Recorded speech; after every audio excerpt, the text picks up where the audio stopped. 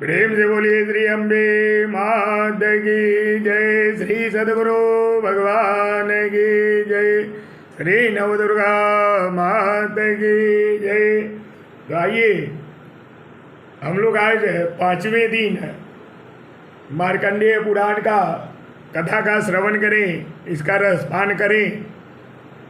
कल हम लोगों ने सुना था मदालसा के द्वारा वर्णाश्रम धर्म एवं गृहस्थ के कर्तव्य का वर्णन, श्राद्ध कर्म का वर्णन और श्राद्ध में विहित कर्म का विवेचन हम लोगों ने सुना था।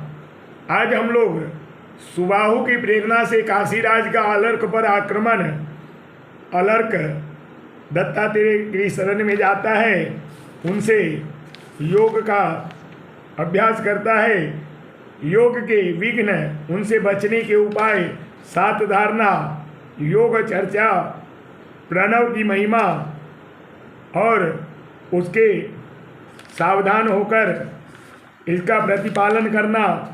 इस कथा का मार्कंडेय कौष्टुकी संवाद आरंभ, प्राकृतिक सर्ग का वर्णन, ये हम लोग आज इस कथा में सुनेंगे। एक ही परमात्मा के त्रिविध रूप, ब्रह्मा जी की आयु आदि का मान तथा सृष्टि का संक्षिप्त वर्णन। आइए हम लोग इस कथा का श्रवण करते हैं। गुरुर्ब्रह्मा गुरुर्विष्णु गुरुर्देवो महेश्वरः, गुरु साक्षात् परब्रह्म तस्मै श्री गुरुवे नमः। शुक्लां वरदरं देवं शशिवर्णं चतुर्भुजं प्रसन्नवदनं ध्यायेत् सर्वविघ्नोपशान्तये। शुक्लां ब्रह्म विचारचार परमाद्यां जगद्व्यापिने वीणापुस्तकधारिणीं अभयदां जाड्यान्धकाराभां हस्ते स्फाटिकमालिकां विदधतीं पद्मासने संस्थितां वन्दे तां परमेश्वरीं भगवतीं बुद्धिं प्रदां शारदां। श्री सद्गुरु भगवान की जय, श्री अम्बे मात की जय। समस्त भक्तगण से हमारा ये आग्रह है, जो भी हमारे इस चैनल को सब्सक्राइब नहीं किए हैं, कृपया कर इस चैनल को सब्सक्राइब करें और लाइक करें, ताकि जो भी नया वीडियो अपलोड हो आपके पास पहले पहुँचे। और घंटी के निशान को अवश्य दबाएं। जब आप लाइक और सब्सक्राइब करते हैं तो हमारा मनोबल बढ़ता है और इसी प्रकार के नया नया कथा के साथ हम आपके पास वीडियो भेज सके। तो प्रेम से बोलिए श्री अम्बे मात की जय। आइए हम लोग आज इस कथा का रसपान करें। तो सुमति कहते हैं, हे पिताजी, धर्मात्मा राजा अलर्क ने भी पुत्र की भांति प्रजा का न्यूनतम पालन किया। उनके राज्य में प्रजा बहुत प्रसन्न थी और सब लोग अपने अपने कर्मों में लगे रहते थे। वे दुष्ट पुरुषों को दंड देते और सज्जन पुरुषों की भली भांति रक्षा करते थे। राजा ने बड़े बड़े यज्ञों का अनुष्ठान भी किया। इस सब कार्यों में उसे बड़ा आनंद मिलता था। महाराज को अनेक पुत्र हुए, जो महान बलवान, अत्यंत पराक्रमी, धर्मात्मा, महात्मा और कुकर्म के विरोधी थे। उन्होंने धर्मपूर्वक धन का उपार्जन किया और धन से धर्म का अनुष्ठान किया तथा धर्म और धन दोनों के अनुकूल रहकर ही विषयों का उपभोग किया। इस प्रकार धर्म, अर्थ और काम में आसक्त हो पृथ्वी का पालन करते हुए राजा अलर्क को अनेक वर्ष बीत गए, किंतु उन्हें वे एक दिन के समान ही जान पड़े। मन को प्रिय लगने वाले विषयों का भोग करते हुए उन्हें कभी भी उनकी ओर से वैराग्य नहीं हुआ। उनके मन में कभी ऐसा विचार नहीं उठा कि अब धर्म और धन का उपार्जन पूरा हो गया। उनकी ओर से उन्हें अतृप्ति ही बनी रही। उनके इस प्रकार भोग में आसक्त, प्रमादी और अजितेंद्रिय होने का समाचार उनके भाई सुबाहु ने भी सुना, जो वन में निवास करते थे। अलर्क को किस तरह ज्ञान प्राप्त हो, इस अभिलाषा से उन्होंने बहुत देर तक विचार किया। अंत में उन्हें यह ठीक मालूम हुआ कि अलर्क के साथ शत्रुता रखने वाले किसी राजा का सहारा लिया जाए। ऐसा निश्चय करके वे अपना राज्य प्राप्त करने का उद्देश्य लेकर असंख्य बल वाहनों से संपन्न काशीराज की शरण में आए। काशीराज ने अपने सेना के साथ अलर्क पर आक्रमण करने की तैयारी की और दूत भेजकर यह कहलाया कि अपने बड़े भाई सुबाहु को राज्य दे दो। अलर्क राजधर्म के ज्ञाता थे। उन्हें शत्रु के इस प्रकार आज्ञापूर्वक संदेश देने पर सुबाहु को राज्य देने का इच्छा नहीं हुआ। उन्होंने काशीराज के दूत को उत्तर दिया कि मेरे बड़े भाई मेरे ही पास आकर प्रेम पूर्वक राज्य मांग ले, मैं किसी के आक्रमण के भय से थोड़ी सी भी भूमि नहीं दूंगा। बुद्धिमान सुबाहु ने भी अलर्क के पास याचना नहीं की। उन्होंने सोचा याचना क्षत्रिय का धर्म नहीं है, क्षत्रिय तो पराक्रम का ही धनी होता है।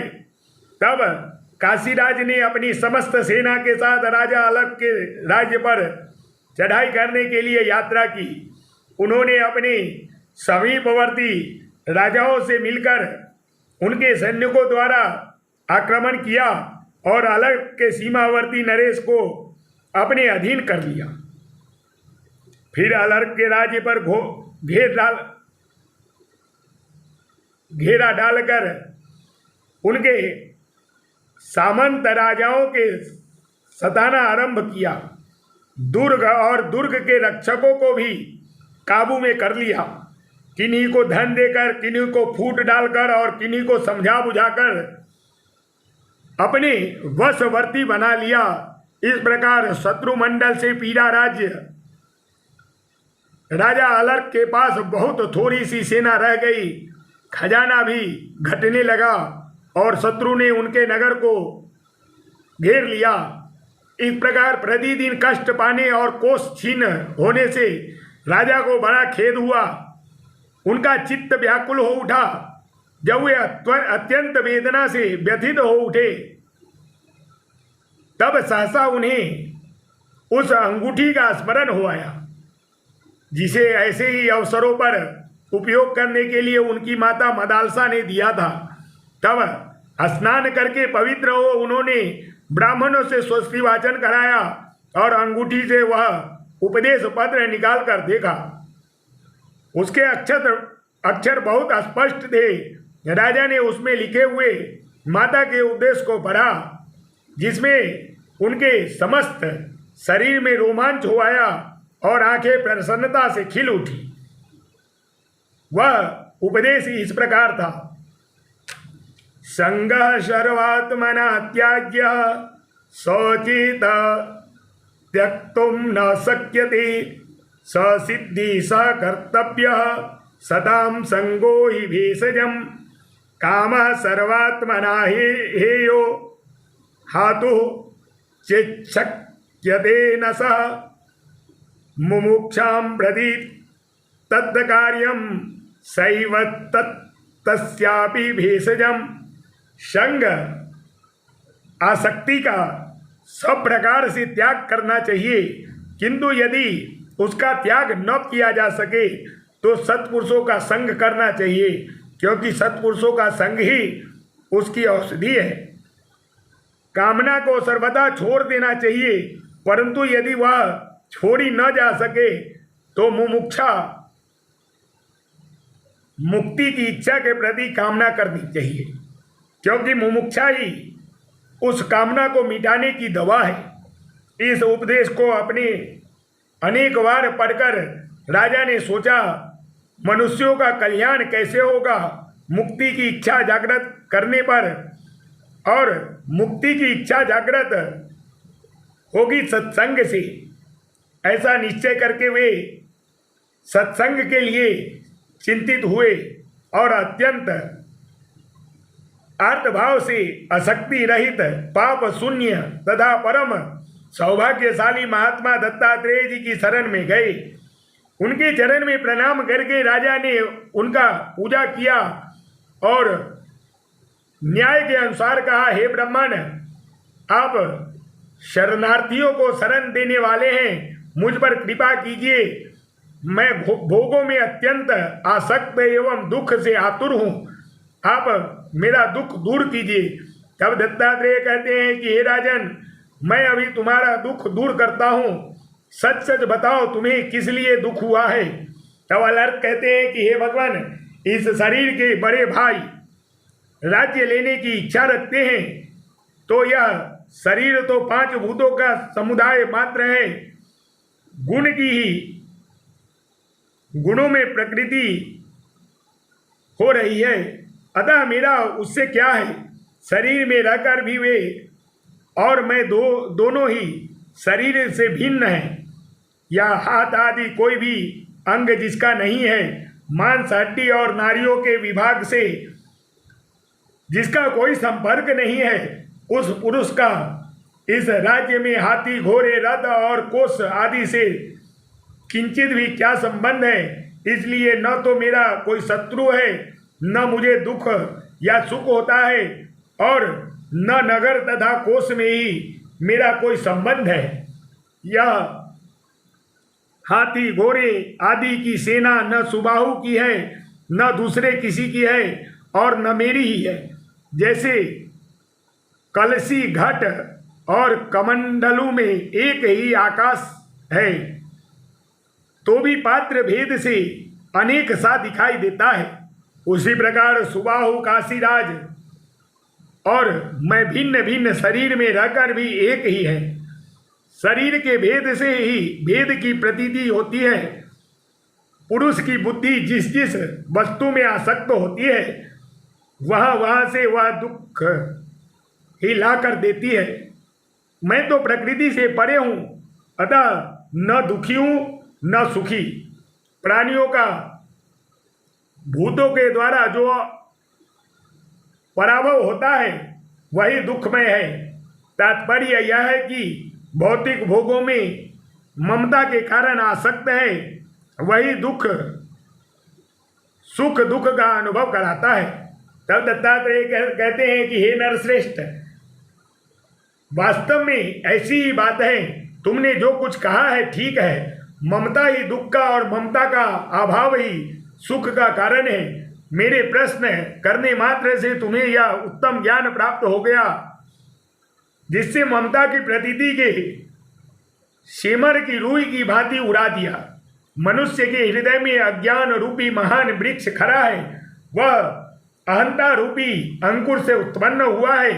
ममता ही उसका तना है, गृह और क्षेत्र उसकी ऊंची ऊंची शाखाएं, स्त्री और पुत्र आदि अल्प है, धन धान्य रूप बड़े बड़े पत्ते हैं, वह आनंदिक काल से बढ़ता चला आ रहा है। पुण्य और पाप उसके आदि पुष्प और सुख और दुख महान फल है, वह मोक्ष के मार्ग को रोक कर खड़ा है। अज्ञानियों का संग ही उस वृक्ष के लिए सिंचाई का काम देता है। सकाम कर्म करने की प्रबल इच्छा ही उस वृक्ष पर भ्रमणों की भांति मंडराती रहती है। जो लोग संसार मार्ग की यात्रा से थक कर उस वृक्ष का आश्रय लेते हैं, वे ब्रह्म पूर्ण ज्ञान एवं मिथ्या सुख के वशीभूत हो जाते हैं। ऐसे लोग को आत्यंतिक सुख मोक्ष कैसे मिल सकता है? परंतु जो सत्संग रूपी पत्थर पर घिसकर तेज किए हुए विद्या रूपी कुठार से उस ममता रूपी वृक्ष को काट डालते हैं, वे विद्वान पुरुष उस मोक्ष मार्ग में जाते हैं और धूल तथा कांटों से रहित शीतल ब्रह्म वन में पहुंचकर सब प्रकार की वृत्तियों से रहित हो परमानंद को प्राप्त होते हैं।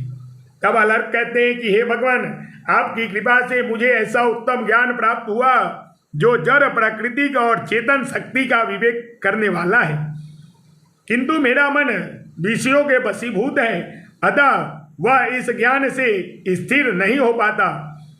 मैं नहीं जानता कि इस प्रकृति के बंधन से कैसे छूट सकूंगा, कैसे मेरा इस संसार से फिर जन्म न हो, किस प्रकार मैं निर्गुण भाव को प्राप्त हो और कैसे सनातन ब्रह्म के साथ एकाग्रता प्राप्त करूं।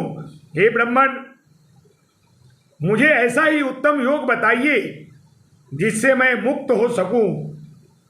इसके लिए आपके चरण में मस्तक रखकर याचना करता हूं, क्योंकि आप जैसे संतों का संग ही मनुष्यों का परम उपकार करने वाला है। तब दत्तात्रेय कहते हैं कि हे राजन, योगी को ज्ञान की प्राप्ति होकर जो उसका अज्ञान से वियोग होता है वही मुक्ति है, और वही ब्रह्म के साथ एकता और प्रकृति गुणों से पृथक होता है। मुक्ति होती है योग से, योग प्राप्त होता है सम्यक ज्ञान से, सम्यक ज्ञान होता है वैराग्य जनक दुख से, और दुख होता है ममता के कारण स्त्री पुत्र धन आदि में चिंतित आसक्ति होने से। अतः मुक्ति की इच्छा रखने वाला पुरुष आसक्ति को दुख का मूल समझकर यत्न पूर्वक त्याग दे।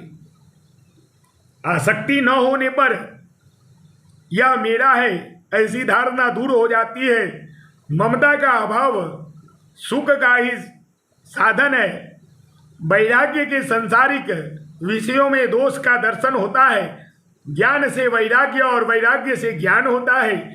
जहाँ रहना हो वही घर है, जिससे जीवन चले वही भोजन है, और जिससे मोक्ष मिले वही ज्ञान बताया गया है। इसके सिवा सब अज्ञान है। राजन, पुण्य और पापों को भोग लेने से, नित्य कर्मों का निष्काम भाव से अनुष्ठान करने से, अपूर्व का संग्रह न होने से तथा पूर्व जन्म के किए हुए कर्मों का क्षय हो जाने से मनुष्य बारंबार देह के बंधन में नहीं पड़ता। हे राजन, यह तुमसे ज्ञान के विषय में कुछ बातें बतलाई गई। अब उस योग का वर्णन सुनो, जिसे प्राप्त कर योगी पुरुष सनातन ब्रह्म से कभी पृथक नहीं होता। योगियों को पहले आत्मा बुद्धि के द्वारा आत्मा मन को जीतने की चेष्टा करनी चाहिए, क्योंकि उसको जीतना बहुत कठिन है। अतः उस पर विजय पाने के लिए सदा ही यत्न करना चाहिए। उसका उपाय बतलाता हूँ, सुनो। प्राणायाम के द्वारा राग आदि दोषों का धारण के द्वारा, पाप का प्रत्याहार के द्वारा, विषयों का और ध्यान के द्वारा ईश्वर विरोधी गुणों का निवारण करें। जैसे पर्वतीय धातु को आग में तपाने से उनके दोष जल जाते हैं, उसी प्रकार प्राणायाम करने से इंद्रिय जनित दोष दूर हो जाते हैं। अतः योग के ज्ञाता पुरुष को पहले प्राणायाम का ही साधना करना चाहिए।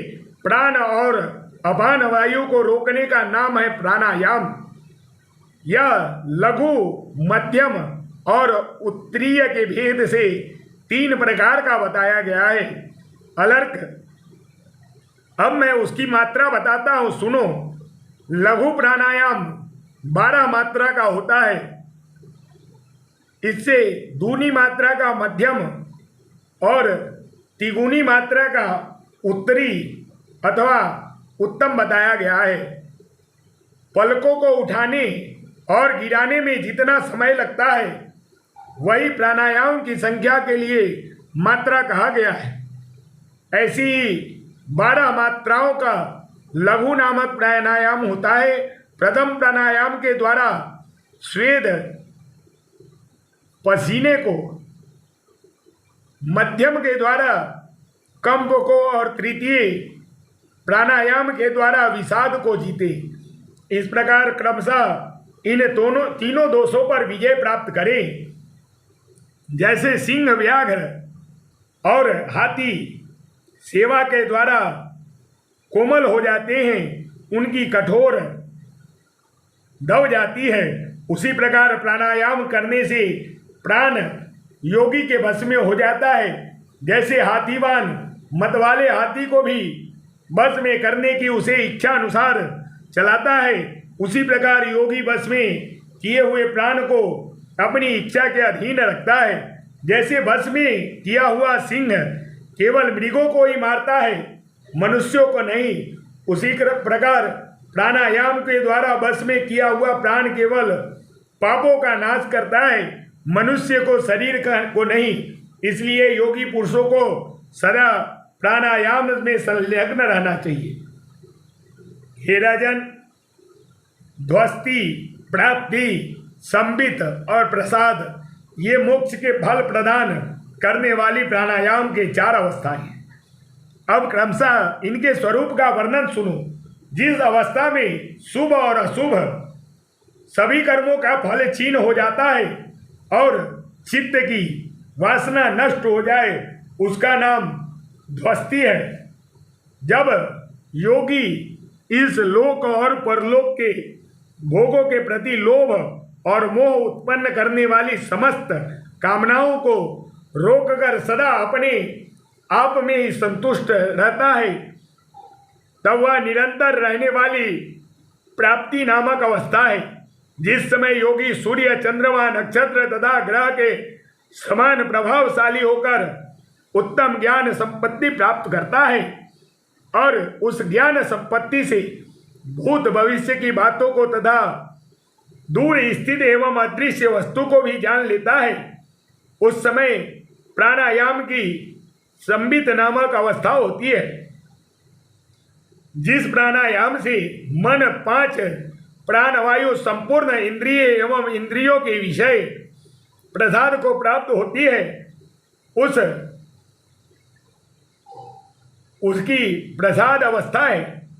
हे राजन, अब प्राणायाम का लक्षण तथा योगाभ्यास में निरंतर प्रवृत्त रहने के लिए योगी के लिए विहित आसन बतलाता हूँ, सुनो। पद्मासन, अर्धासन, स्वस्तिक आसन आदि आसन से बैठकर मन ही मन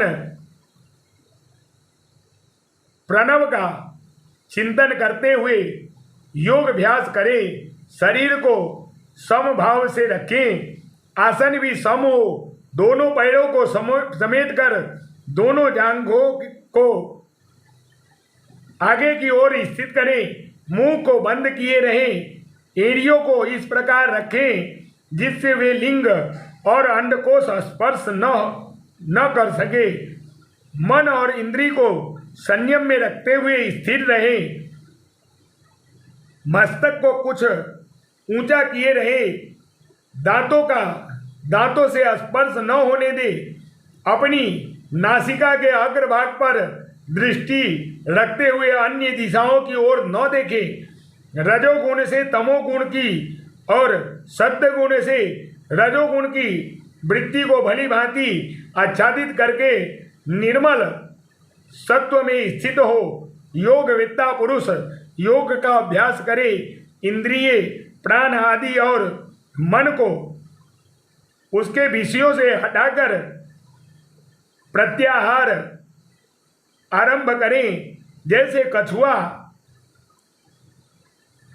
अपने सब अंगों को समेट लेता है, उसी प्रकार जो समस्त कामनाओं को संकुचित कर लेता है, वह निरंतर आत्मा में ही रमन करने वाला और एकमात्र परमात्मा में स्थित हुआ पुरुष अपनी आत्मा में ही आत्मा का साक्षात्कार करता है। विद्वान पुरुष बाहर भीतर की शुद्धि का संपादन करके कंठ से लेकर नाभि तक शरीर को प्राण वायु से परिपूर्ण करते हुए प्राणायाम आरंभ करें। प्राणायाम 12 हैं, उन्हीं को धारण ही कहते हैं। तत्वदर्शी योगियों के योग में 2 धारणाएं बतलाई हैं। उसके अनुसार योग में प्रवृत्त हुए नियतात्मा योगी के सभी दोष नष्ट हो जाते हैं तथा वह स्वस्थ भी हो जाता है। वह परब्रह्म परमात्मा को और प्रकृति गुणों को पृथक पृथक देखती है। व्योम से लेकर परमाणु तक का साक्षात्कार करता है तथा निष्पाप आत्मा का भी दर्शन कर लेता है। इस प्रकार प्राणायाम परायण एवं मिताहारी योगी पुरुष धीरे धीरे एक एक भूमि को बस में करके दूसरी पर पैर बढ़ाएं। जैसे महल में जाते समय एक एक सीढ़ी को पार करते दूसरी पर चढ़ जाता है। जो भूमि अपने बस में नहीं हुई है उसमें जाने से वह दोष रोग आदि दुख तथा मोह को बढ़ाती है। अतः उस पर न चढ़े। प्राण वायु के निरोध को प्राणायाम कहते हैं।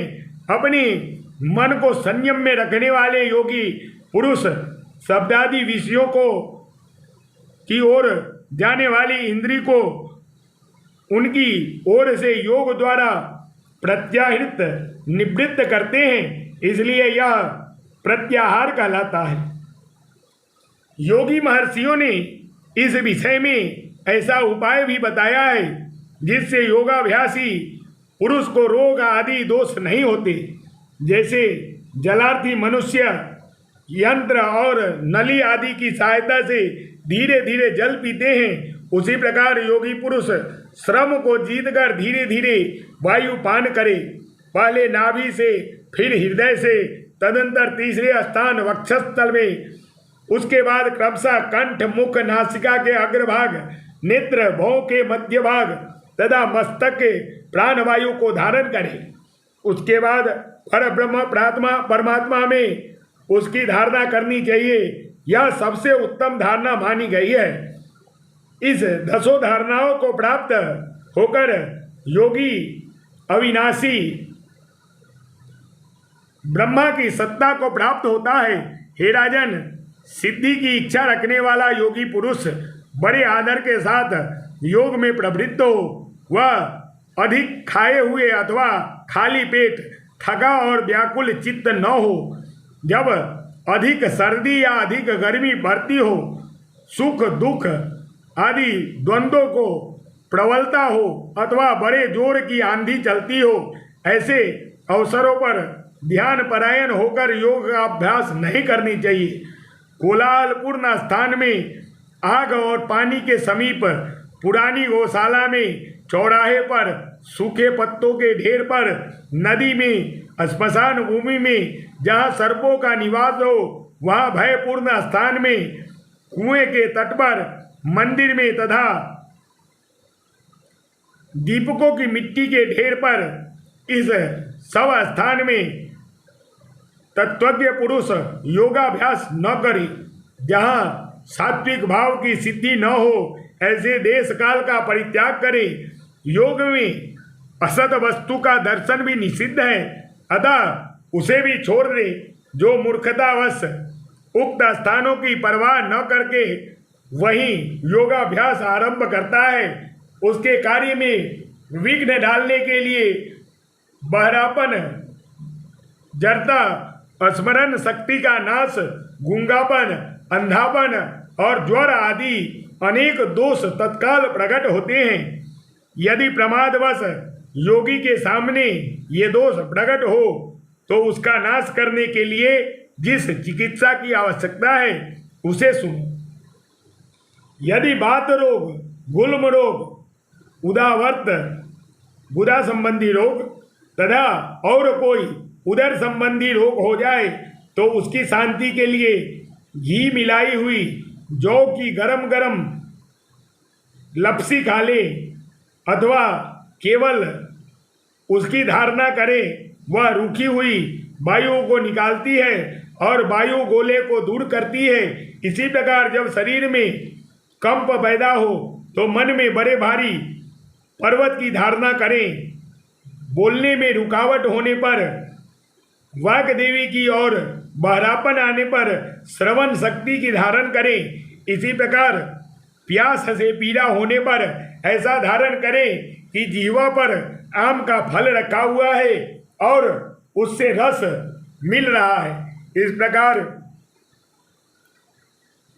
तात्पर्य यह है कि जिस जिस अंग में रोग पैदा हो वहाँ वहाँ उसमें लाभ पहुँचाने वाली धारणा करें। गर्मी में सर्दी और सर्दी में गर्मी का धारण करें।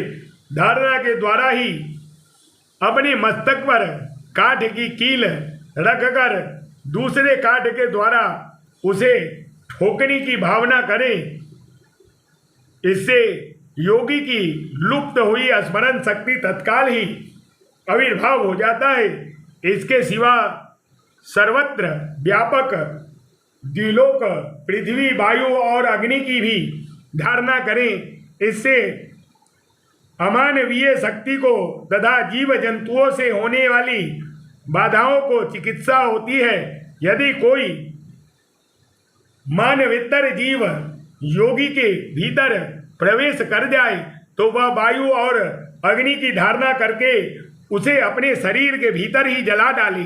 हे राजन, इस प्रकार योगवेत्ता पुरुष को सब प्रकार से अपनी रक्षा करनी चाहिए, क्योंकि यह शरीर धर्म, अर्थ, काम और मोक्ष चारों पुरुषार्थों का साधन है। योग प्रवृत्ति के लक्षणों को बतलाने तथा उन पर गर्व करने से योग का विज्ञान लुप्त हो जाता है। इसलिए उन प्रवृत्तियों को गुप्त ही रखना चाहिए। चंचलता का न होना, निरोग रहना, निष्ठुरता न धारण करना, उत्तम सुगंध का आना, मल मूत्र कम होना, शरीर में कांति, मन में प्रसन्नता और वाणी के स्वर में कोमलता का उदय होना, ये सब योग प्रकृति के प्रारंभिक चिन्ह है। यदि योग को देखकर लोगों के मन में अनुराग हो, परोक्ष में सब लोग उसके गुणों का वखान करने लगे और कोई भी जीव जंतु उससे भयभीत न हो, तब यह योग में सिद्धि प्राप्त होने की उत्तम पहचान है। जिसे अत्यंत भयानक सर्दी, गर्मी आदि से कोई कष्ट नहीं होता तथा जो दूसरे से भयभीत नहीं होता, सिद्धि उनके निकट खड़ी रहती है। इस प्रकार फिर दत्तात्रेय कहते हैं कि आत्म साक्षात के समय योगी पुरुषों के समक्ष जो विघ्न उपस्थित होते हैं उसका संक्षेप वर्णन करता हूँ, सुनो। उस समय वह साकाम कर्म करना चाहता है और मानवीय भोगों को अभिलाषा करता है। दान के उत्तम फल, स्त्री, विद्या, माया, सोना, चांदी आदि, धन, सोने आदि के अतिरिक्त वैभव, स्वर्गलोक, देवत्व, इंद्रत्व, रसायन संग्रह, उसे बनाने की क्रियाएं, हवा में उड़ने की शक्ति, यज्ञ, जल और अग्नि में प्रवेश करना, श्राद्धों तथा समस्त लोकों का फल तथा नियम, व्रत, इष्ट पूर्त एवं देव पूजा आदि से मिलने वाले फलों की इच्छा करता है। जब चित्त की ऐसी अवस्था हो तो योगी उसे कामनाओं की ओर से हटाए और पर ब्रह्म के चिंतन में लगाए। ऐसा करने पर उसे विघ्नों से छुटकारा मिलता है। इन विघ्नों पर विजय पा लेने के बाद योगी के सामने फिर दूसरे सात्विक, राजस और तामस विघ्न उपस्थित होते हैं। प्रतिभ, श्रावण, दैत्य, भ्रम और आवर्त, ये 5 उपसर्ग योगी के योग में विघ्न डालने के लिए प्रकट होते हैं। इनका परिणाम बड़ा कटु होता है। जब संपूर्ण वेदों के अर्थ, काव्य और शास्त्रों के अर्थ, संपूर्ण विद्याएं और शिल्प कला आदि अपने आप योगी की समझ में आ जाए तो प्रतिभा से संबंध रखने के कारण वह प्रतिभ उपसर्ग कहलाता है। जब योगी सहस्त्रों योजन दूर से ही संपूर्ण शब्दों को सुनने और उनके अभिप्राय को समझने लगता है, तब वह श्रवण शक्ति से संबंध रखने के कारण श्रवण और उपसर्ग कहा जाता है। जब वह देवताओं की भांति 8 दिशाओं की वस्तुओं को प्रत्यक्ष देखने लगता है, तब उसे दैव उपसर्ग कहते हैं। जब योगी का मन दोषों के कारण सब प्रकार के आचारों से भ्रष्ट हो निराधार भटकने लगता है, तब वह भ्रम कहलाता है। जल में उठती हुई भंवर की तरह जब ज्ञान का आवर्त सब ओर व्याप्त होकर चित्त को नष्ट कर देता है, तब वह आवर्त नामक उपसर्ग कहा जाता है। इन महाघोर उपसर्गों से योग का नाश हो जाता है। इसके कारण संपूर्ण योगी देव तुल्य होकर भी बारंबार आवागमन के चक्र में घूमते हैं। इसलिए योगी पुरुष शुद्ध मनोमय उज्ज्वल कंबल ओढ़कर पर ब्रह्म परमात्मा के मन को लगाकर सदा उन्हीं का चिंतन करें।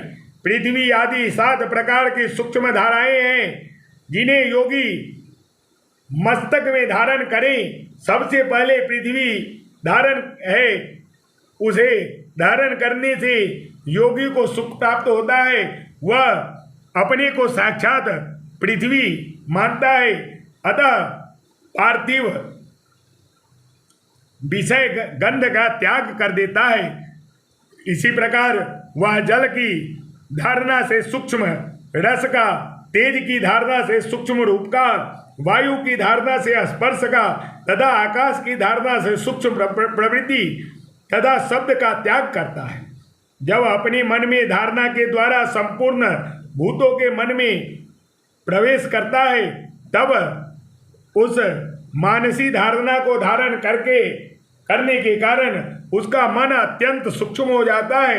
इसी प्रकार योगवेत्ता पुरुष संपूर्ण जीवों की बुद्धि में प्रवेश करके परम उत्तम सूक्ष्म बुद्धि को प्राप्त करता है और फिर उसे त्याग देता है।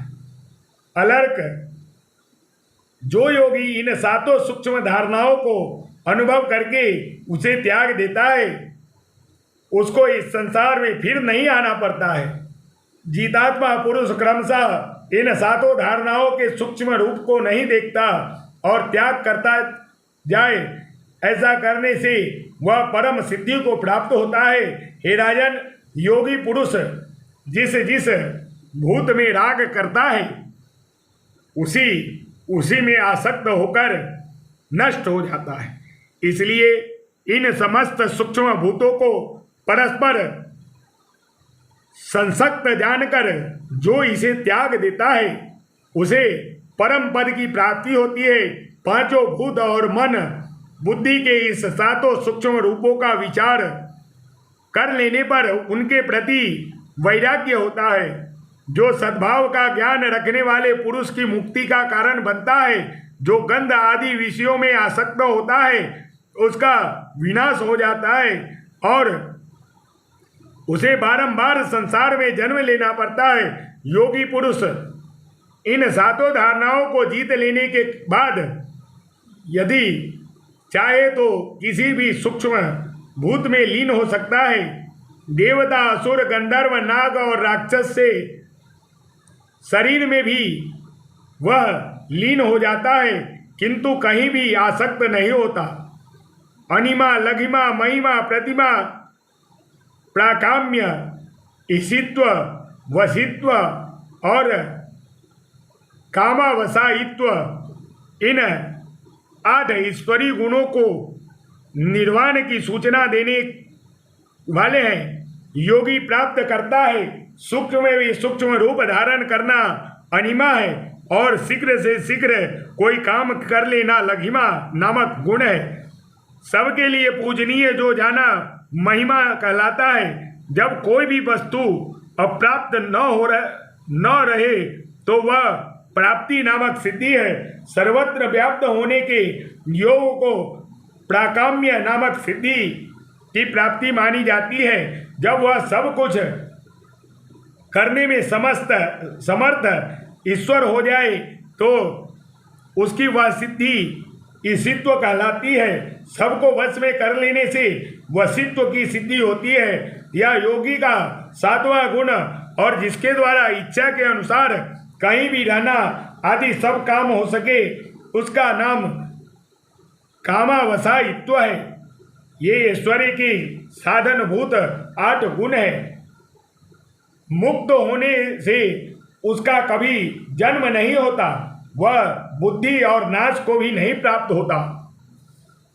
न तो उसका क्षय होता है और न ही परिणाम पृथ्वी आदि भूत समुदाय से न तो वह काटा जाता है और न भोग कर गलता है, न भीग कर गलता है, न जलता है और न सूखता ही है।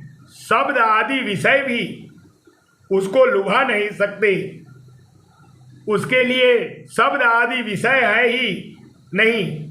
न तो वह उसका भोगता है और न उसको उसका संयोग होता है। जैसे अन्न खोटे द्रव्य से मिला और खंड खंड हुआ सुवर्ण जब आग में तपाया जाता है तब उसका दोष जल जाता है और वह शुद्ध होकर अपने दूसरे टुकड़े से मिलकर एक हो जाता है। उसी प्रकार यत्नशील योगी जब योगाग्नि में तपता है तब अंतःकरण के समस्त दोष जल जाते हैं, जिस कारण ब्रह्म के साथ एकता को प्राप्त हो जाता है।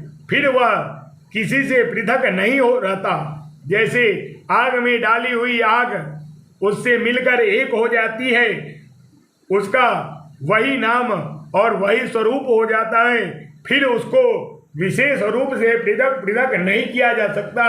उसी तरह जिसके पाप दग्ध हो गए हैं वह योगी पर ब्रह्म के साथ एकता को प्राप्त होने पर फिर कभी उनसे पृथक नहीं होता। जैसे जल में डाला हुआ जल उसके साथ मिलकर एक हो जाता है, उसी प्रकार योगी का आत्मा परमात्मा में मिलकर तदाकार हो जाता है।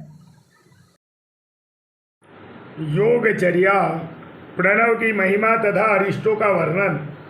अलर्क कहते हैं कि हे भगवान, अब मैं योगी के आचार व्यवहार का यथार्थ वर्णन सुनना चाहता हूँ।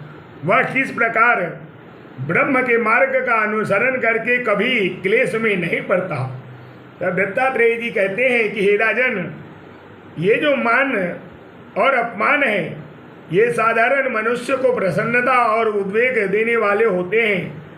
उन्हें मान से प्रसन्नता और अपमान से उद्वेग होता है, किंतु योगी उन दोनों के ठीक उल्टे अर्थ में ग्रहण करता है, अतः वे उसकी सिद्धि में सहायक होते हैं।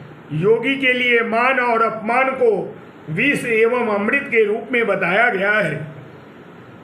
इनमें अपमान तो अमृत है और मान भयंकर विष है। योगी मार्ग को भली भांति देखकर पैर रखें, वस्त्र से छानकर जल पिए, सत्य वचन बोले और बुद्धि से विचार करके जो ठीक जान पड़े उसी का चिंतन करे। मान अपमानौ यावेतौ मृत्यु द्वेग करो नृणाम तावेव विपरीतार्थो योगिनः सिद्धिकारकौ।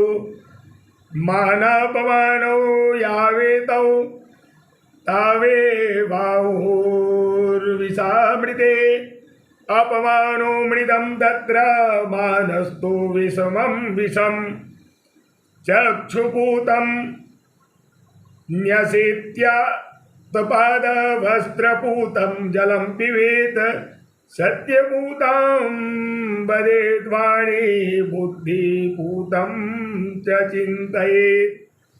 इस प्रकार योगवेत्ता पुरुष आतिथ्य, श्राद्ध, यज्ञ, देव यात्रा तथा उत्सवों में न जाए। कार्यों की सिद्धि के लिए किसी बड़े आदमी के यहाँ भी कभी न जाए। जब गृहस्थ के यहाँ रसोई घर में धुआं न निकलता हो, आग बुझ गई हो और घर के सब लोग खा पी चुके हो, उस समय योगी भिक्षा के लिए जाए, परंतु प्रतिदिन एक ही घर पर न जाए। योग में प्रवृत्त रहने वाला पुरुष सत्य पुरुषों के मार्ग को कलंकित न करते हुए प्रायः ऐसा व्यवहार करे जिससे लोग उसका सम्मान न करें, तिरस्कार ही करे। वह गृहस्थों के यहाँ से अथवा घूमते फिरते रहने वाले लोगों के घर से भिक्षा ग्रहण करे। इनमें भी पहली अर्थात गृहस्थ के घर की भिक्षा ही सर्वश्रेष्ठ एवं मुख्य है। जो गृहस्थ विनीत, श्रद्धालु, जितेंद्रिय, क्षोत्रिय एवं उदार हृदय वाले हो, उन्हीं के यहाँ योगी को सदा भिक्षा के लिए जाना चाहिए। इनके बाद जो दुष्ट और पतित न हो, ऐसे अन्य लोगों के यहाँ भी वह भिक्षा के लिए जा सकता है, परंतु छोटे वर्ण के लोग के यहाँ भिक्षा मांगना निकृष्ट वृत्ति मानी गई है।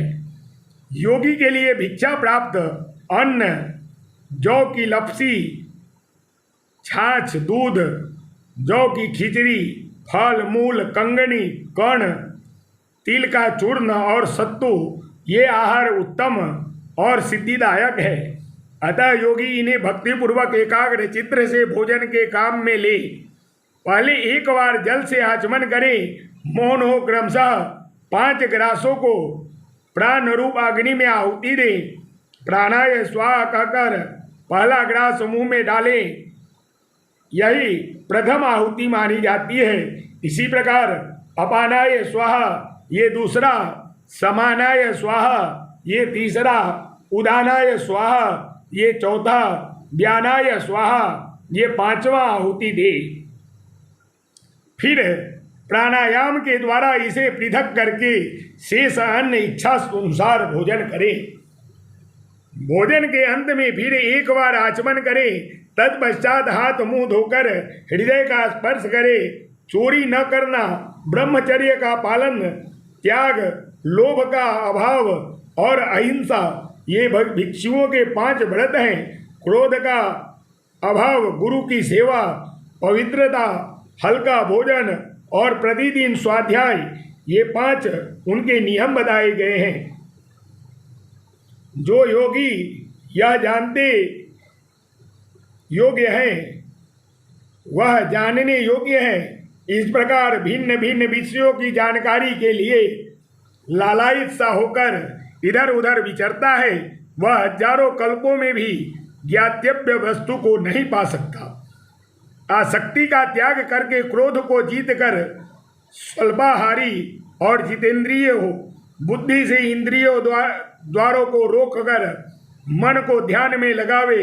योग युक्त रहने वाला योगी सदा एकांत स्थान में, गुफा में, वन में भली भांति ध्यान करे।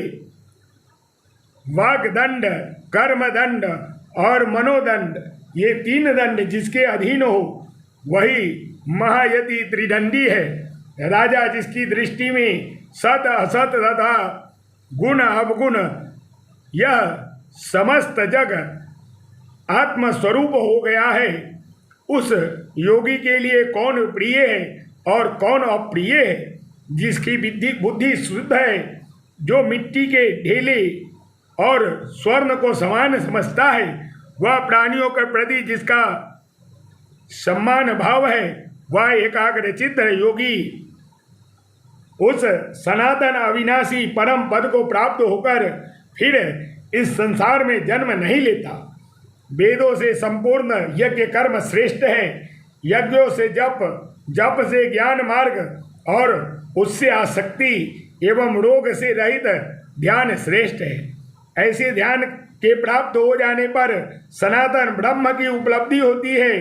जो एकाग्रचित्त ब्रह्म परायम प्रमाद रहित पवित्र एकांत प्रेमी और जितेंद्रिय होता है, वही महात्मा इस योग को पाता है और फिर अपने उस योग से ही वह मोक्ष प्राप्त कर लेता है।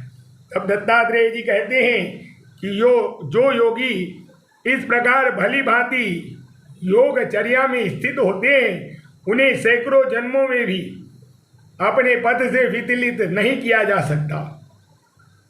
जिनके सब ओर चरण, मस्तक और कंठ हैं, जो इस विश्व के स्वामी तथा विश्व को उत्पन्न करने वाले हैं, उस विश्व रूपी परमात्मा का प्रत्यक्ष दर्शन करके उनकी प्राप्ति के लिए परम पुण्य ओम इस एकाक्षर मंत्र का जप करें, उसी का ध्यान करें।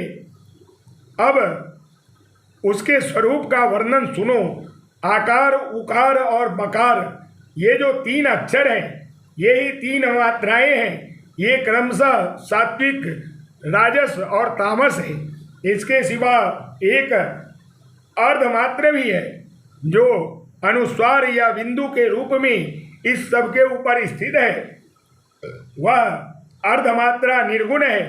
योगी पुरुष को ही उसका ज्ञान हो पाता है। उसका उच्चारण गांधार स्वरूप में होता है, इसलिए उसे गांधारी भी कहते हैं। उसका स्पर्श चींटी की गति के समान होता है।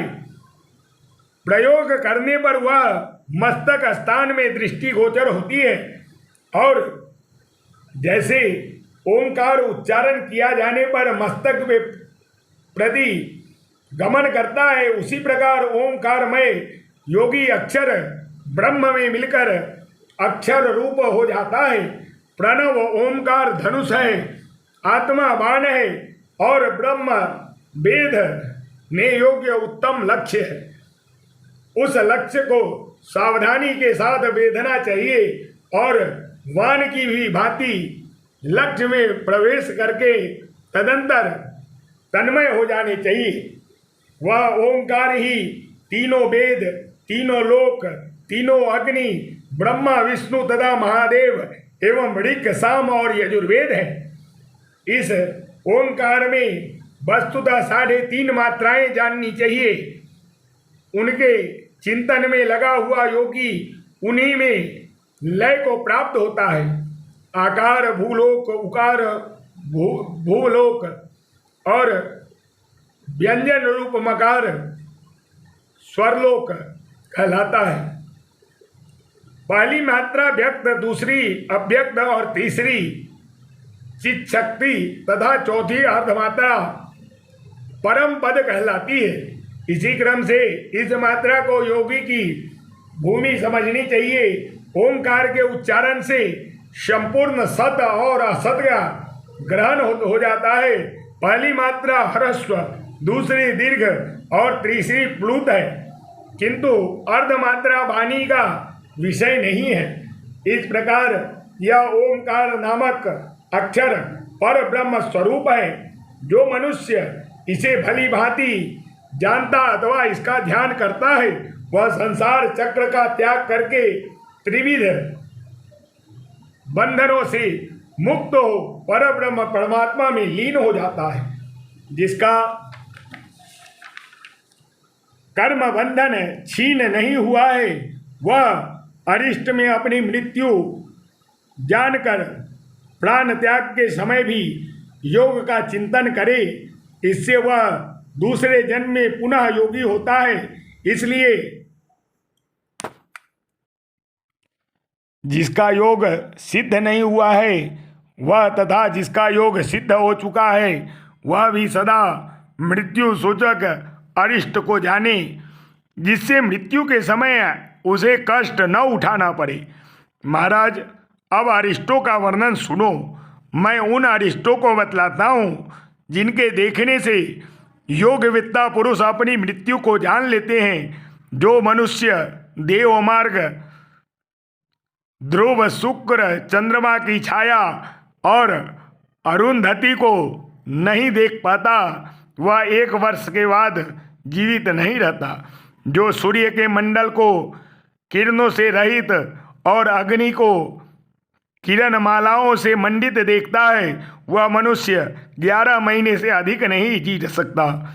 जो स्वप्न में वमन, मूत्र और विष्ठा के भीतर सोने और चांदी का प्रत्यक्ष दर्शन करता है, उसकी आयु 10 महीने की ही होती है। जो प्रेत, पिशाच आदि गंधर्व, नगर तथा सुवर्ण के वृक्ष देखने लगता है, वह 9 महीने के भीतर चला जाता है। जो अकस्मात स्थूल शरीर से दुर्बल शरीर का हो जाता है या दुर्बल से स्थूल हो जाता है तथा जिसकी प्रकृति सहसा बदल जाती है, उसका जीवन 8 महीने तक ही रहता है। धूल या कीचड़ में पैर रखने पर जिसकी एड़ी या पादाग्र भाग का चिन्ह खंडित दिखाई दे, वह 7 मास तक जीवित रहता है। यदि गिद्ध, कबूतर, उल्लू, कौवा, मांसखोर पक्षी या नीले रंगा पक्षी मस्तक पर बैठ जाए तो वह 6 मास की आयु शेष रहने का सूचक है। यदि कौआ आकर चोंच मारे या धूल की वर्षा से आहत होना पड़े तब अपनी छाया और तरह की दिखाई दे तो वह 4-5 महीने में ही जीवित रहता है। यदि बिना बादल के ही दक्षिण दिशा के आकाश में बिजली चमकती दिखाई दे और रात में इंद्रधनुष का दर्शन हो तो वह मनुष्य जीवन में 2 से 3 महीना तक ही जीवित रहता है। जो घी, तेल, दर्पण अथवा जल में अपनी परछाई न देख सके अथवा देखे तो भी बेसिर की ही परछाई दिखाई दे तो वह 1 महीने से अधिक नहीं जी सकता।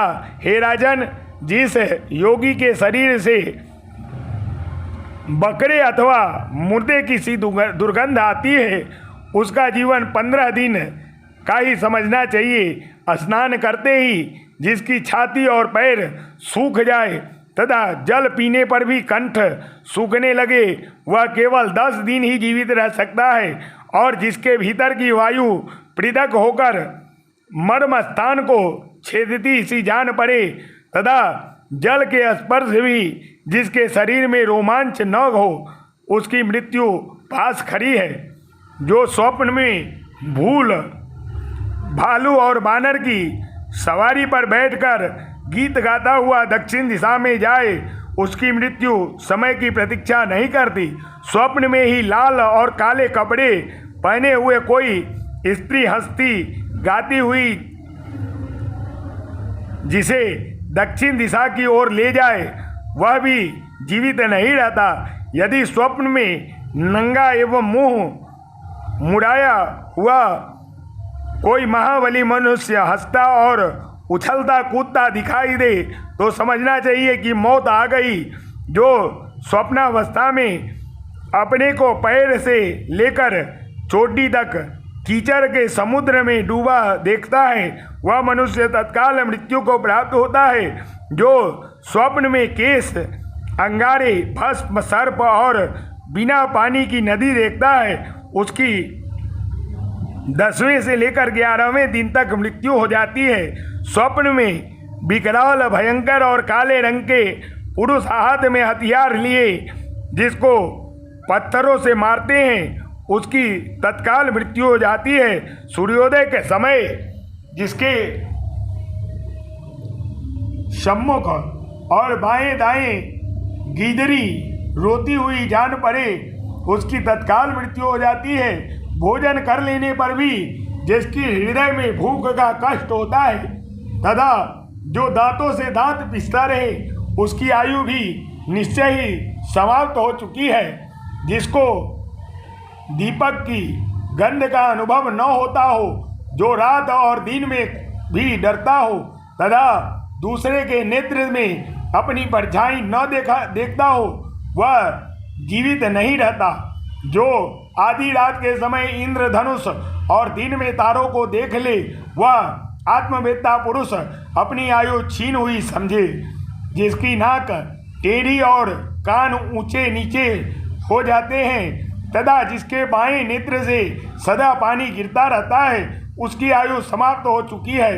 यदि मुंह सब ओर से लाल और जीभ काली पड़ जाए तो बुद्धिमान पुरुष को अपनी मृत्यु निकट समझनी चाहिए। जो स्वप्न में ऊंट या गधे पर बैठकर दक्षिण दिशा की ओर जाए उसकी तत्काल मृत्यु होने वाली है, ऐसा जानना चाहिए।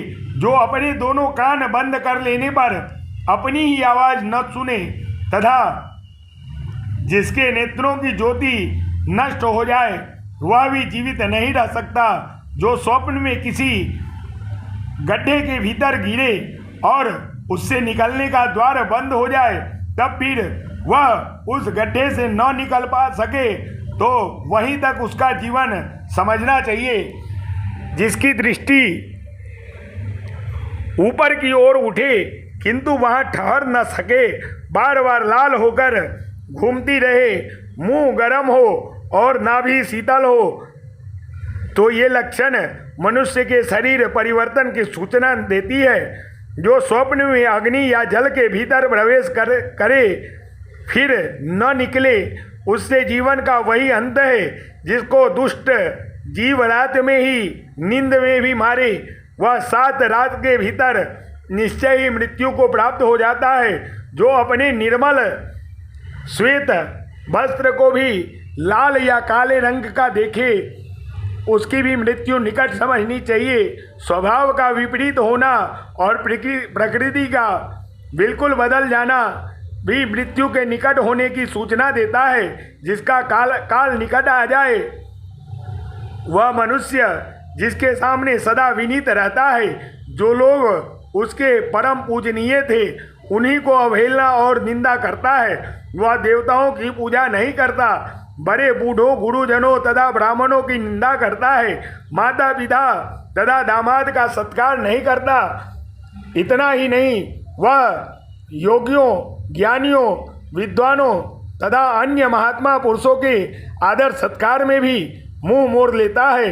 विद्वान पुरुषों को मृत्यु के इस लक्षणों की जानकारी रखनी चाहिए। हे राजन, योगी पुरुषों को उचित है कि वे सदा यत्नपूर्वक इन अरिष्टियों पर दृष्टि रखें, क्योंकि ये वर्ष के अंत में तथा दिन रात के भीतर भी फल देने वाले होते हैं। हे राजन, इसके विशद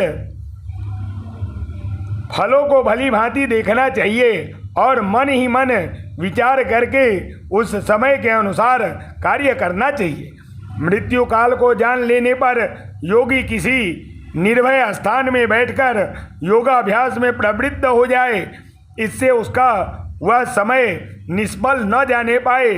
अरिष्ट देखकर योगी मृत्यु का भय छोड़ दे और उसके स्वभाव का विचार करके जितने समय में वह आने वाली हो, उतने समय में प्रत्येक भाग के योगी योग साधना में लगे रहें। दिन के पूर्वाह्न, मध्याह्न तथा अपराह्न अथवा रात्रि के जिस भाग में अरिष्ट का दर्शन हो, तभी से लेकर जब तक मृत्यु न आवे तब तक योग में लगा रहे।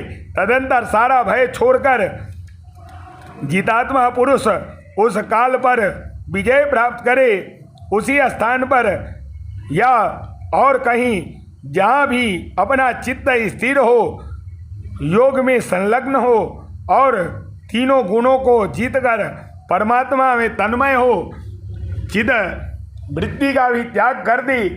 योग करने से वह उस इंद्रियातीत परम निर्वाण स्वरूप ब्रह्म को प्राप्त होता है, जो न तो बुद्धि का विषय है और न वाणी, और जिसका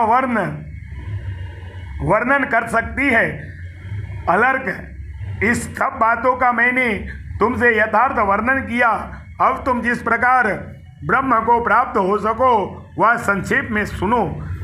और जैसे चंद्रमा का संयोग पाकर ही चंद्रकांत मणि जल की सृष्टि करती है, उसका संयोग पाए बिना नहीं, यही उपमा योगी के लिए भी है।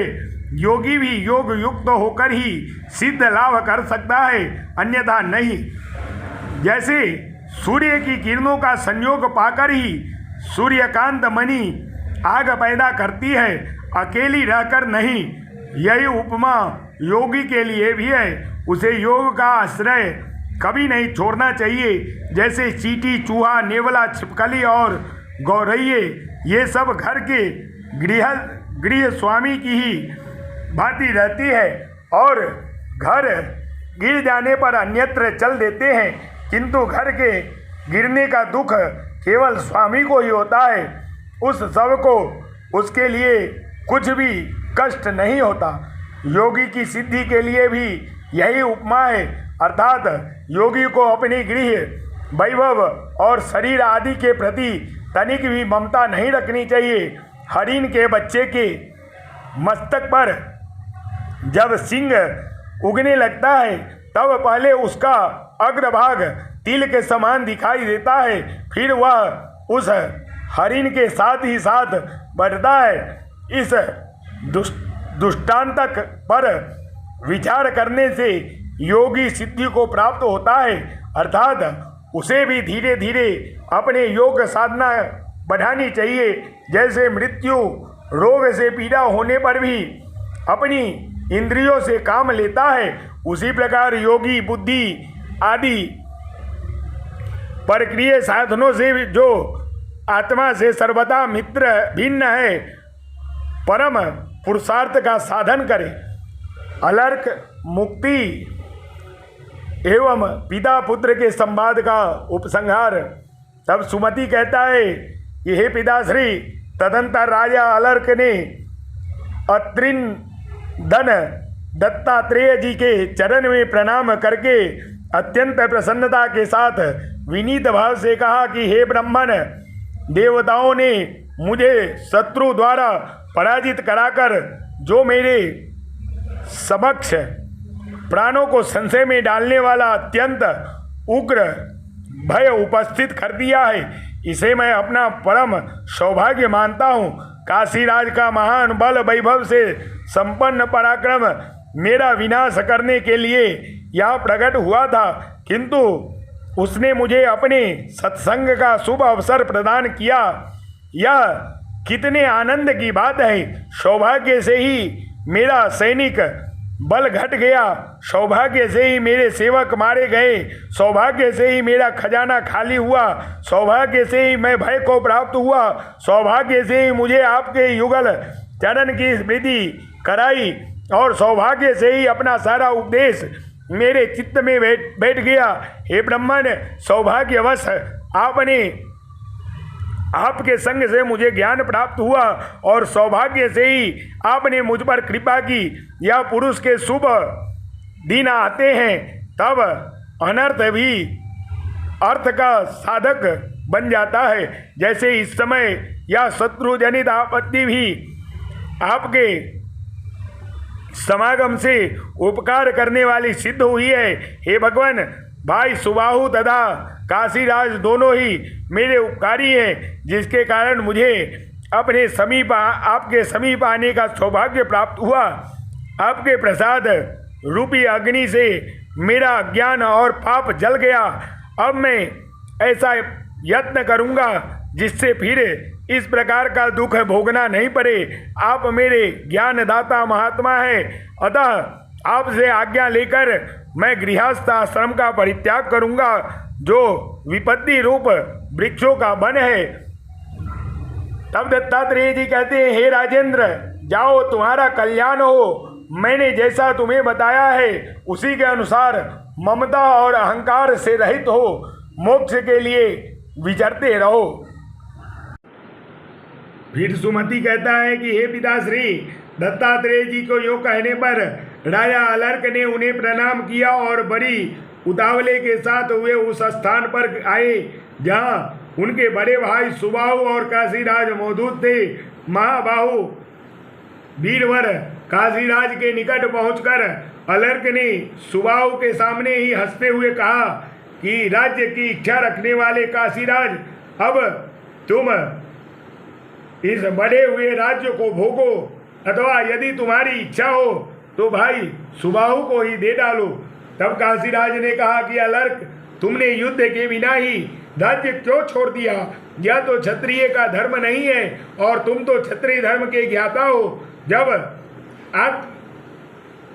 अमात्य वर्ग पराजित हो जाता है तब राजा स्वयं ही मृत्यु का भय छोड़कर अपने शत्रु को लक्ष्य करके वान का संधान करके और उसे जीतकर इच्छा अनुसार श्रेष्ठ भोगों का उपभोग करे।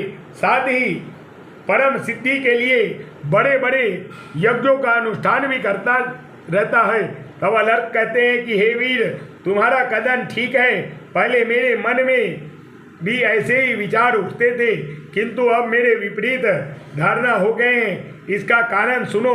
हे नरेश्वर, तुम्हारे भय से अत्यंत दुख पाकर मैंने योगीश्वर दत्तात्रेय जी की शरण ली, और उनकी कृपा से अब मुझे ज्ञान प्राप्त हो गया है। समस्त इंद्रियों को जीतकर तथा सब ओर से आसक्ति हटाकर मन को ब्रह्म में लगाकर, और इस प्रकार मन को जीतना ही सबसे बड़े विजय है। अतः अब मैं तुम्हारा शत्रु नहीं हूँ, तुम भी मेरे शत्रु नहीं हो, तथा ये सुबाहु भी मेरे अपकारी नहीं है। मैंने इन बातों को अच्छी तरह समझ लिया है। अतः हे राजन, आप अपने लिए तुम कोई दूसरा शत्रु ढूंढो।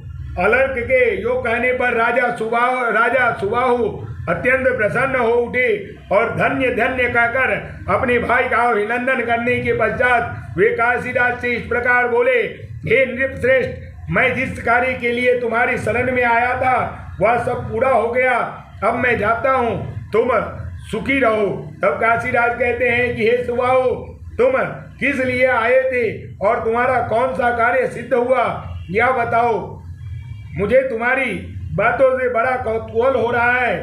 तुमसे मेरे पास आकर कहा था कि मेरे बाप दादों का बहुत बड़ा राज्य अलर्क ने हड़प लिया है, वह उनसे जीतकर मुझे दे दो। तब मैंने तुम्हारे भाई पर आक्रमण करके यह राज्य अपने वश में किया। यह तुम्हें कुल परंपरा से प्राप्त है, अतः इसका उपभोग करो। तब सुबाहु कहते हैं कि हे काशीराज, मैंने जिस उद्देश्य से यह प्रयत्न किया था और जिसके लिए तुमसे भी महान उद्योग कराया वह बतलाता हूँ, सुनो। मेरा यह छोटा भाई तत्वज्ञ होकर भी संसारिक भोगों में फंसा हुआ था। मेरे दो बड़े भाई परम ज्ञानी है। उस दोनों को तथा मुझे हमारी माता ने जब बचपन में दूध पिलाया उसी समय कानों में तत्व ज्ञान भी भर दिया। मनुष्य मात्र को जिसका ज्ञान होना चाहिए वे सभी पदार्थ माता ने हमारे सामने प्रकाशित कर दिए, किंतु यह अलर्क उस ज्ञान से वंचित रह गया था। राजन, जैसे एक साथ यात्रा करने वालों में से एक को कष्ट में पड़ा देखकर साधु पुरुष के हृदय में दुख होता है, उसी प्रकार इस अलर्क को गृहस्थ आश्रम में के मोह में फंसकर कष्ट उठाते हुए देखकर हम तीनों भाइयों को बहुत कष्ट होता था, क्योंकि यह सब शरीर का संबंधी है और इसके साथ भाई की कल्पना जुड़ी हुई है। तब मैंने सोचा दुख पड़ने पर भी इसके मन में वैराग्य की भावना जागृत होगी, अतः युद्धोद्योग के लिए तुम्हारा आश्रय लिया। फिर इस दुख से इसको वैराग्य हुआ और वैराग्य से ज्ञान की प्राप्ति हुई। इस प्रकार जो कार्य मुझे अभीष्ट था वह पूरा हो गया, अतः तुम्हारा कल्याण हो। अब मैं जाता हूँ। मदालसा के गर्भ में रहकर और उनके स्तन का दूध पीकर यह अलर्क दूसरी स्त्री के पुत्रों द्वारा ग्रहण किए हुए मार्ग पर जाए, यही विचार कर मैंने तुम्हारा सहारा लिया। सो सब कार्य पूरा हो गया। अब मैं सिद्धि के लिए जाता हूँ। हे नरेंद्र, जो लोग कष्ट में पड़े हुए अपने स्वजन बंधु और सुहृद की उपेक्षा करते हैं वे मेरे विचार से विकलेन्द्रिय और उनकी इंद्रियां हाथ पैर आदि बेकार है।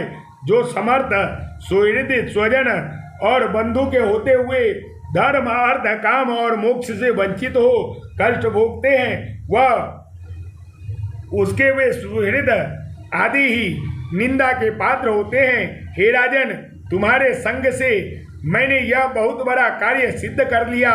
तुम्हारा कल्याण हो। अब मैं जाऊंगा। हे साधु श्रेष्ठ, तुम भी ज्ञानी बनो। तब काशीराज कहते हैं कि हे महात्मन, तुमने अलर्क का तो बहुत बड़ा उपकार किया, अब मेरी भलाई में अपना मन क्यों नहीं लगाते। हे सत्पुरुषों के साधु पुरुष के साथ जो समागम होता है वह सदा फल देने वाला होता है, निष्फल नहीं। अतः तुम्हारे संग से मेरे भी उन्नति होनी चाहिए। इस प्रकार तब सुबाहु कहते हैं कि हे राजन, धर्म अर्थ काम और मोक्ष ये चार पुरुषार्थ हैं। इनमें से धर्म अर्थ और काम तो तुम्हें प्राप्त है, केवल मोक्ष से तुम वंचित हो। अतः वही तुम्हें संक्षेप में बतलाता हूँ। एकाग्रचित होकर सुनो, सुनकर भली भांति उसकी आलोचना करो और उसी के अनुसार अपने कल्याण के यत्न में लग जाओ। हे राजन, यह मेरा है और यह मैं हूँ, इस प्रकार की प्रतीति तुम्हें नहीं करनी चाहिए, क्योंकि आलोचना का विषय तो बाह्य धर्म ही होता है। धर्म के अभाव में कोई आश्रय नहीं रहता। अहम मैं यह संज्ञा किसी की है, इस बात का तुम्हें विचार करना चाहिए। बाह्य और आंतरिक तत्व की आलोचना करनी चाहिए। आधी रात के बाद भी इस तत्व का विचार करना चाहिए।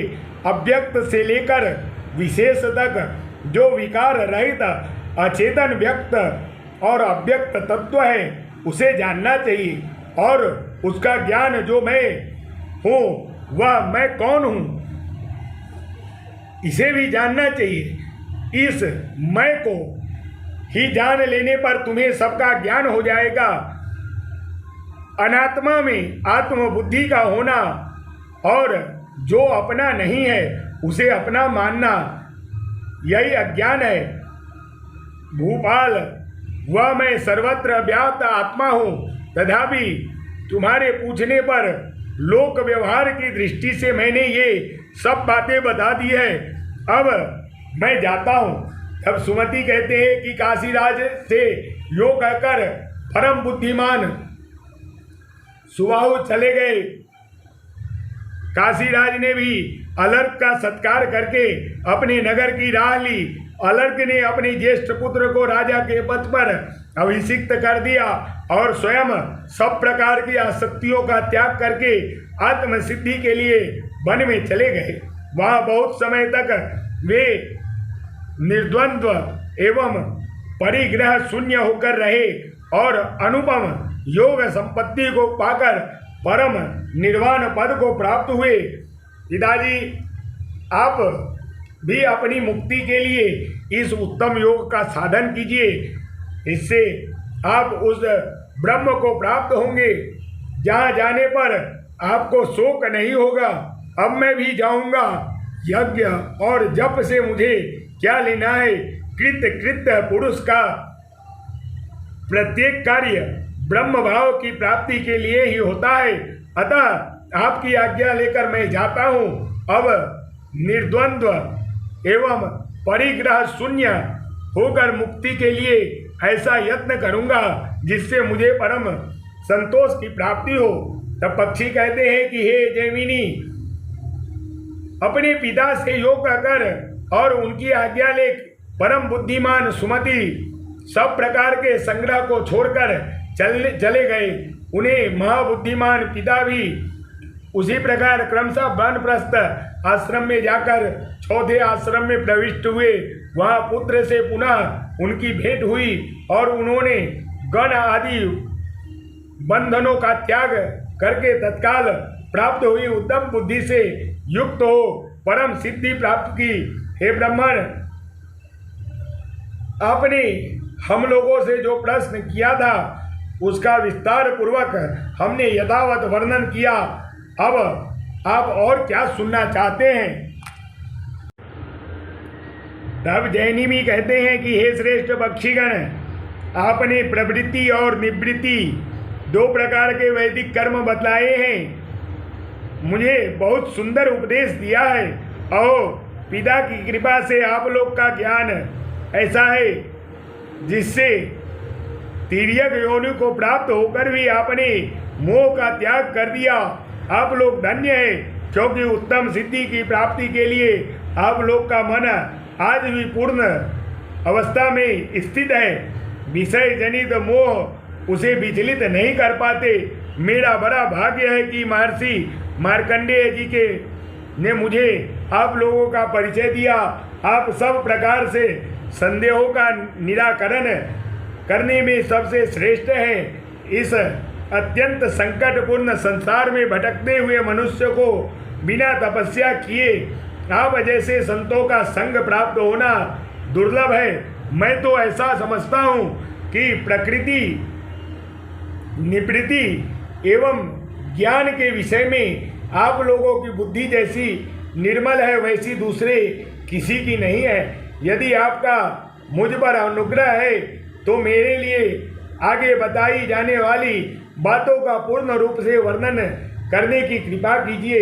यह अस्थावर जंगम जगत कैसे उत्पन्न हुआ, कल्पांत में पुनः किस प्रकार यह लय को प्राप्त होगा, देवता ऋषि पितर भूत आदि के वंश कैसे हुए, मनवंतर किस प्रकार होते हैं, उनके वंश में उत्पन्न महापुरुषों के जीव चरित्र कैसे हैं, जितनी सृष्टि, जितने प्रलय, जैसे जैसे कल्पों के विभाग, जो जो मनवंतर की स्थिति, जैसी पृथ्वी की स्थिति, जितना बड़ा पृथ्वी का विस्तार तथा समुद्र, पर्वत, नदी, वन, भूलोक आदि स्वर्गलोक समुदाय और पाताल की जिस प्रकार स्थिति है वह सब मुझे बतलाइए।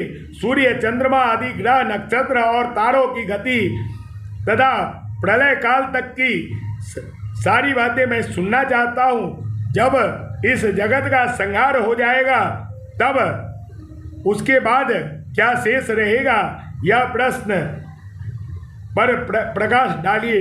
तब पक्षी कहते हैं, हे मुनि श्रेष्ठ, आपने हम लोगों पर प्रश्नों का ऐसा भार रख दिया जिसकी कहीं तुलना नहीं है। अब हम आपके पूछे हुए विषयों का वर्णन करते हैं, सुनिए। पूर्व काल में मार्कंडेय जी ने ब्राह्मण कुमार कौष्टुकी जी से, जो परम बुद्धिमान व्रत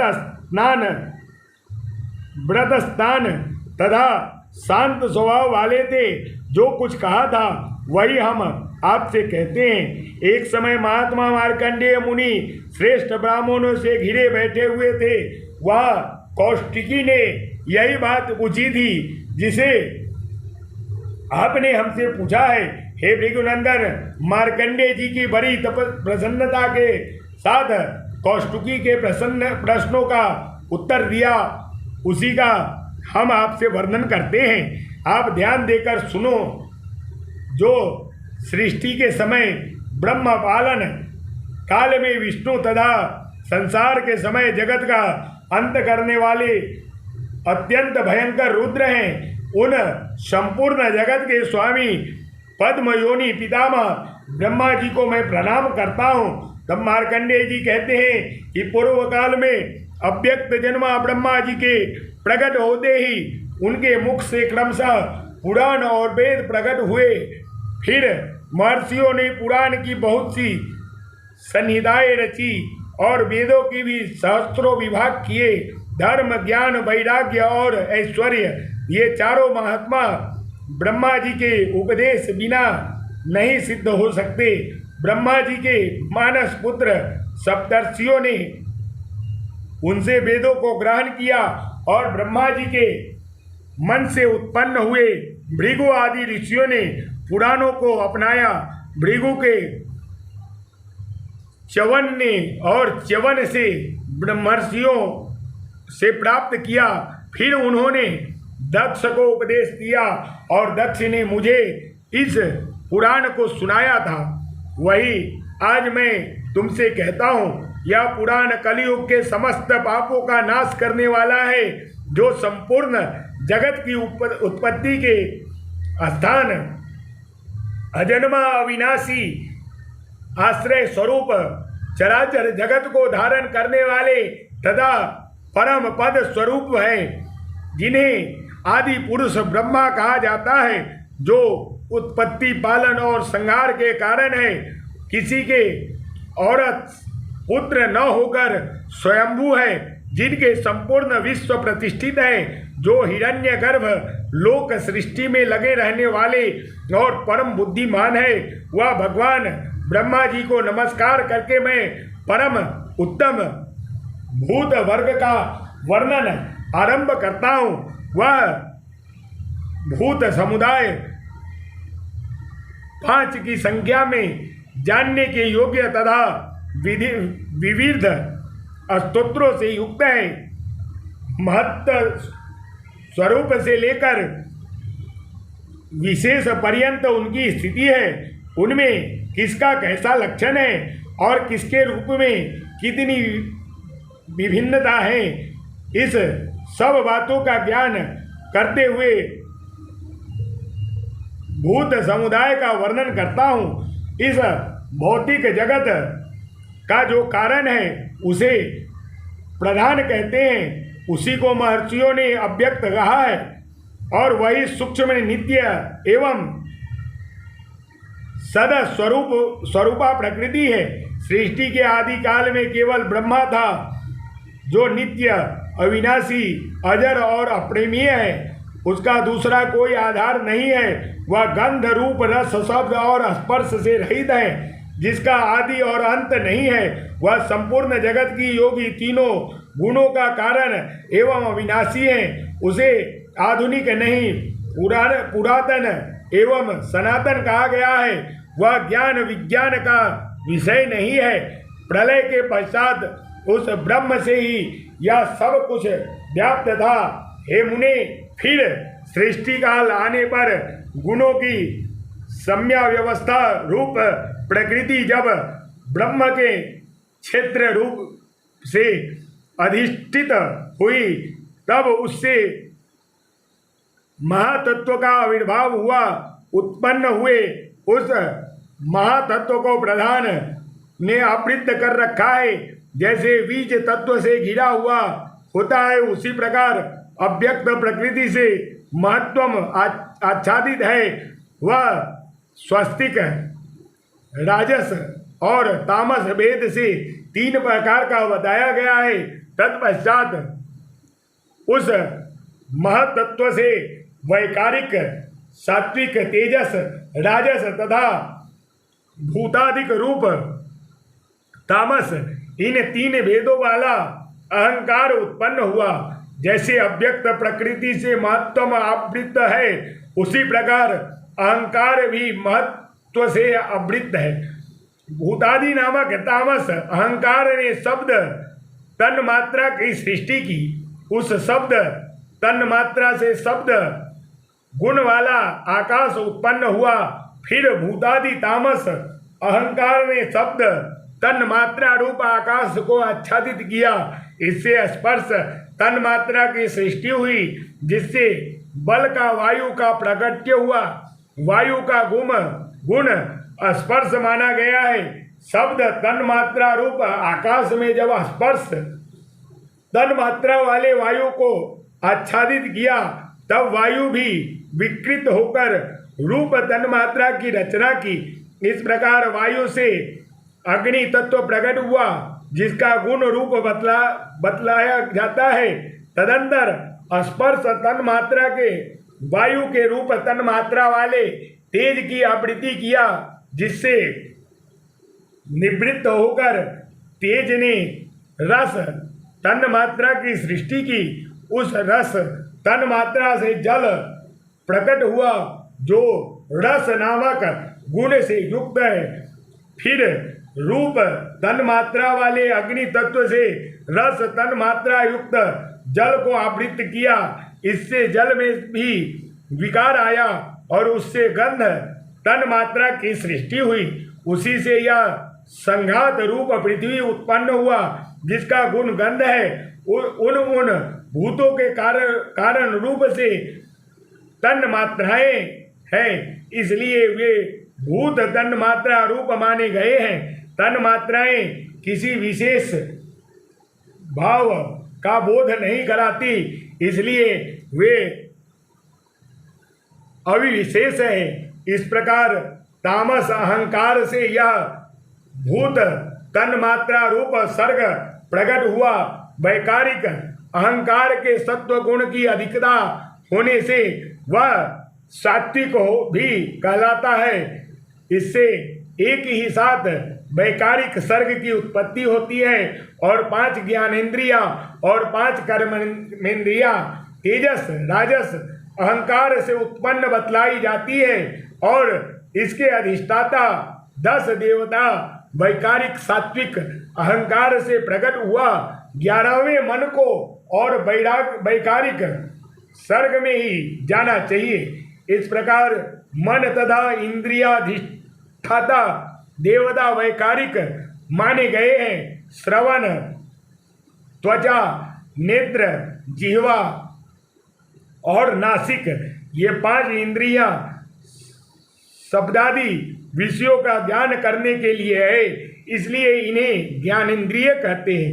दोनों पैर, गुदा, उपस्थ, दोनों हाथ और वाक, ये 5 कर्मेंद्रियां हैं। क्रमशः चलना, मल त्याग, रति के आनंद का अनुभव, शिल्प रचना और बोलना, ये 5 इनके कर्म हैं। शब्द तन्मात्रा युक्त आकाश, स्पर्श तन्मात्रा वाले वायु में प्रविष्ट, इसलिए वायु 2 गुणों से युक्त होता है। उसका अपना गुण स्पर्श है, उसके साथ आकाश का शब्द भी रहता है। इसी प्रकार शब्द और स्पर्श ये 2 गुण रूप में प्रवेश करते हैं, इसलिए अग्नि शब्द, स्पर्श और रूप इन 3 गुणों से युक्त होता है। फिर शब्द, स्पर्श और रूप इन तीनों का रस से प्रवेश होता है, इसलिए रसात्मक जल को 4 गुणों में युक्त समझना चाहिए।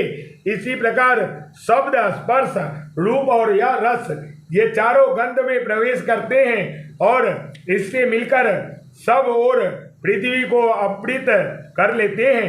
इसलिए पृथ्वी 5 गुणों से युक्त है और 100 भूतों में स्थूल दिखाई देता है। ये 5 भूत शांत, घोर और मूढ़ है, अर्थात सुख, दुख एवं मोह से युक्त है, इसलिए ये विशेष कहलाती है। परंपरा प्रवेश करने पर भी ये एक दूसरे को धारण करते हैं। ये महत्व रूप से लेकर विशेष पर्यंत सभी भूत एक दूसरे से मिलकर और परस्पर आश्रित हो एक संघात को ही अपना लक्ष्य बनाकर जब पूर्ण रूप से एक हो जाते हैं, तब पुरुष से अधिष्ठित होने के कारण प्रधान तत्व के संबंध में अंड की उत्पत्ति करते हैं। वह महान अंड जल के बुलबुले के समान क्रमशः बढ़ता है और जल पर स्थित रहता है। उस प्रकार अंड में ब्रह्मा नाम से प्रसिद्ध क्षेत्रज्ञ पुरुष भी वृद्धि को प्राप्त होता है। वे ब्रह्मा ही सबसे प्रथम शरीरधारी होने के कारण पुरुष कहलाते हैं। भूतियों आदि कर्ता ब्रह्मा जी सबसे पहले प्रकट हुए। उन्होंने चराचर सहित संपूर्ण त्रिलोक को व्याप्त कर रखा है। उनके गर्भ में स्थित तथा उन महात्मा ब्रह्मा जी के लिए मेरु पर्वत भी गर्भ को ढकने वाली झिल्ली हुआ, अन्य पर्वत जरायु हुए तथा समुद्र ही उस गर्भाशय का जल था। उस अंड में ही देवता, असुर और मनुष्यों सहित संपूर्ण जगत उत्पन्न हुआ तथा पर्वत, द्वीप, समुद्र और नक्षत्र मंडल के साथ त्रिभुवन का आविर्भाव हुआ। अब वह अंड क्रमशः जल, अग्नि, वायु, आकाश तथा तामस अहंकार के द्वारा बाहर से आवृत है। ये आवरण एक की अपेक्षा दूसरे 10 गुने बड़े हैं। तामस अहंकार उससे 10 गुने बड़े महत्तत्व के द्वारा आवृत है और महत्तत्व भी उन सबके साथ अव्यक्त प्रकृति के द्वारा घिरा हुआ है। इस प्रकार इन 7 प्रकृत अवतार से यह अंडज आवृत है। इस तरह वे 8 प्रकृतियां एक दूसरे को आवृत करके स्थित है। वह प्राकृतिक नित्य है और उसके भीतर भी वे ही पुरुष हैं जो तुम्हें ब्रह्म के नाम से बताए गए हैं। अब संक्षेप में पुनः इस विषय का वर्णन सुनो। जैसे कोई पुरुष जल में डूबकर फिर निकलते समय जल को फेंकता है, उसी प्रकार भगवान ब्रह्मा जी भी प्रकृति को हटाते हुए उससे प्रकट होते हैं। अव्यक्त प्रकृति को क्षेत्र बताया गया है और ब्रह्मा जी क्षेत्रज्ञ कहलाते हैं। यह संपूर्ण जगत क्षेत्रज्ञ रूप भी ही है, ऐसा समझना चाहिए। इस प्रकार यह प्राकृतिक सर्ग का वर्णन हुआ। इसके भीतर अधिष्ठाता रूप से क्षेत्रज्ञ विराजमान रहता है। प्राकृतिक सर्ग ही प्रथम सृष्टि है। तो इस प्रकार पक्षीराज ने उनको समझाया, जैनिमी ऋषि को समझाया। इसी प्रकार अब आज की कथा को यहीं पर विराम देते हुए फिर कल आगे की कथा का श्रवण करेंगे। तो प्रेम से बोलिए अम्बे मात की जय, श्री नवदुर्गा मात की जय, श्री सद्गुरु भगवान की जय।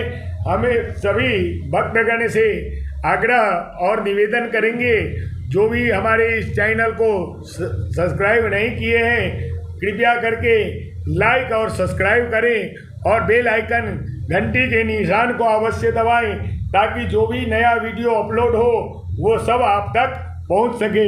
तो प्रेम से बोलो श्री अम्बे माता की जय।